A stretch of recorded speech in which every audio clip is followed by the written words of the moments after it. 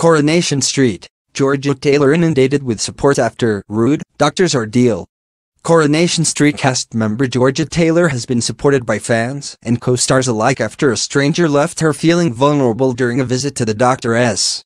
The actress, who has played Coronation Street's Toya Battersby since 1997, took to Twitter in shock after being branded rude by a fan yesterday.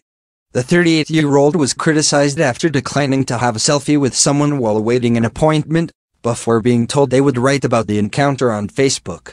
Georgia quickly received supportive replies from the likes of her on-screen sister Jane Danson and "I am a celebrity, get me out of here" contestant Chappie Corsandy. The soap favorite had first told her 19,000 followers, "Since when was it deemed acceptable to ask for selfies in the doctor's reception?" The weather-filled regular continued, "You have no idea what I am here for, and it is completely inappropriate, but apparently I am the rude one for saying no." Georgia later went into more details when a fellow user agreed with her, "Yes, thank you. It was less about being asked for a selfie, and more about the reaction when I politely declined." The former casualty star went on, "I was clearly uncomfortable, but was called rude and she said something about posting this on Facebook. I never usually say no to anyone, but I felt vulnerable." Among the first to reply was actress Amanda Mealing. "Oh babe. I had a group come up to me as I was scattering my father's ashes, oblivious to the fact I was sobbing my heart out." Georgia, who agreed that was awful, was later backed up by Senator and Battersby star Jane, 39.